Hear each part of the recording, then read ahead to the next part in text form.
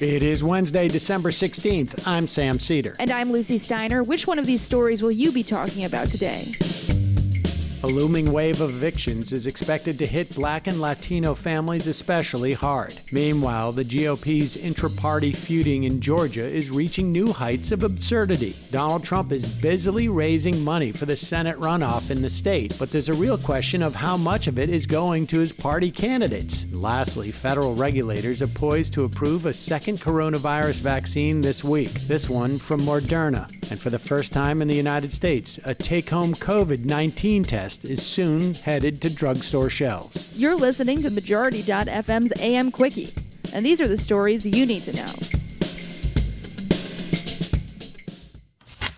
This cruel winter will soon take an even harsher turn for many. Politico reports that the expiration of the federal eviction ban at the end of the month will hurt Black and Latino tenants most, financially hobbling them for years and worsening the United States' staggering racial wealth gap. Black and Latino people are twice as likely to rent as white people. Just 29% of Black renters and 31% of Latino renters reported having high confidence that they'd be able to make their rent this month. This according to Politico, citing the most recent census survey. That's compared with half of white renters. The Center for Disease Control's nationwide ban on evictions expires December 31, Politico reports. Landlords are expected to rush to initiate eviction proceedings in the 3 weeks before President-elect Joe Biden is inaugurated. Housing advocates are pushing for lawmakers to pass a relief package with tens of billions of dollars in rental subsidies when the next Congress convenes. And there's growing bipartisan support for rent relief as the best way to protect both tenants and landlords. Meanwhile, the New York Times reports that bureaucrats nationwide are scrambling to unload hundreds of millions in federal aid for tenants before the December 30th deadline. More than 400 state and local governments have used money from the Federal CARES Act to set up funds to cover at least $4.3 billion in rental assistance. But many jurisdictions are reporting trouble spending it. They're on pace to have more than $300 million left over. Tenant advocates, landlord organizations, and local government associations have called on Congress to extend the December 30 deadline. That should be an easy win for either party. Joe Biden was in Georgia yesterday to campaign for the Democratic U.S. Senate candidates Jon Ossoff and Raphael Warnock. Back in Washington, Republican Senate Majority Leader Mitch McConnell finally congratulated Biden on his victory, more than a month after Biden actually won. Donald Trump still refusing to concede, the Washington Post reports that McConnell's bow to reality sets up a struggle for control of the GOP. Speaking to that point, Utah Senator Mitt Romney told CBS News yesterday that Trump's presidency has thrown his party's core principles into doubt. Yeah, I'll say. Forgive us for wondering what those principles were to begin with. The Senate was the best shot Trump had to at least gum up the works of Biden's ascension to the presidency. But Trump has very much not given up on overturning the election. He even retweeted lawyer L. Lynn Wood's call yesterday morning for Georgia Governor Brian Kemp to go to jail because he feels Kemp hasn't fought hard enough for him. Trump's machine is raising money to fight off the Democrats in Georgia, Politico reports. But most of the money is going to Trump's own political action committee. Not a cent of the money Trump raises is going to the party's U.S. Senate candidates David Perdue and Kelly Loeffler, which is hilarious. Trump's fundraising prowess is also one measure of his ongoing sway over the Republican Party. Meanwhile, in Virginia, state senator and gubernatorial candidate Amanda Chase yesterday called on Trump to declare martial law to prevent his removal from office. Chase bills herself as, quote, Trump in heels, end quote. Really, nobody needed that image.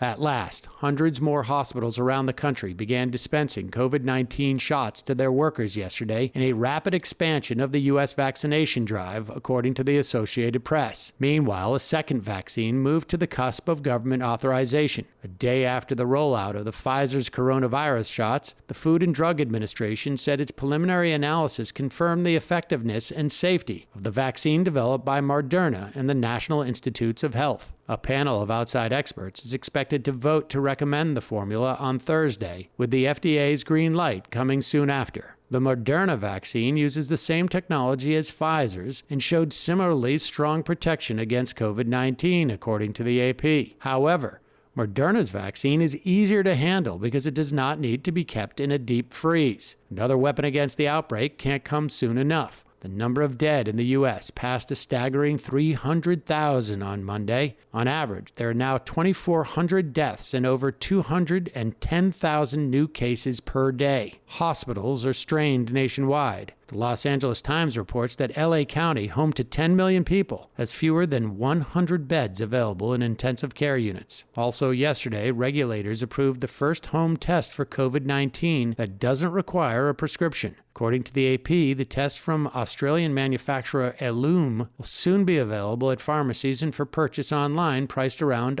$30. Currently, the U.S. is testing nearly 2 million people daily. Most health experts agree the country needs to be testing many, many times more. Maybe this will do the trick. And now for some quicker quickies. Quicker Quickie. Former Ohio State Senator and Bernie Sanders surrogate Nita Turner made her bid for Congress official yesterday. The Cleveland Plain Dealer reports that Turner is the third candidate to join the primary for Representative Marcia Fudd's congressional seat. Joe Biden recently named Fudge to head the Federal Department of Housing and Urban Development. Turner will face Cuyahoga County Councilwoman Shontel Brown, former Cleveland City Councilman Jeff Johnson. This race is definitely one to watch. In other Biden cabinet news, Biden will reportedly nominate former McKinsey consultant, presidential candidate, and South Bend, Indiana mayor Pete Buttigieg to lead the Department of Transportation. Does South Bend have a transit network? Does it matter? The International Criminal Court has decided not to pursue an investigation into China's mass detention of Muslims, this according to the New York Times. Prosecutors in The Hague said they would not, for now, investigate allegations of genocide targeting the Uyghur minority because the alleged crimes took place in China, which is not a party to the court. How very, very convenient. Lawyers for Ghislaine Maxwell, the former girlfriend and alleged accomplice of sex trafficker Jeffrey Epstein, are urging a judge to free her to await trial, this according to CBS News. Maxwell's proposed $28.5 million bail package would include armed guards to ensure she remains safe and doesn't flee a New York City residence. The identities of 7 friends and family members willing to pledge about $5 million of their own assets toward the bail package were not revealed. Maybe check Epstein's little black book? Quicker Quickie.